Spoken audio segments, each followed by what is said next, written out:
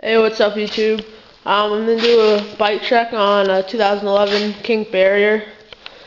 So starting, I have ODI long neck grips.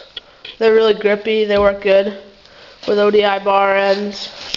A red linear brake cable, a brake that's different color because my other one broke, so I just had to get this one for a little bit.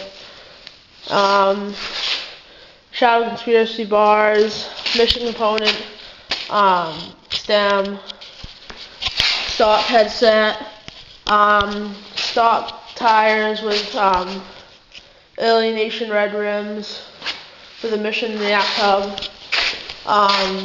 Kink's pivotal seat with mission pedals, and stock forks with a Kink decimal sprocket, 25 tooth with a stock chain, an alienation back red rim with a mission hub.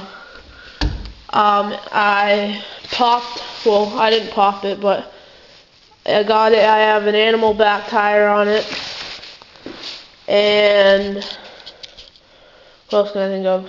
Oh yeah, Odyssey brakes down there and everything.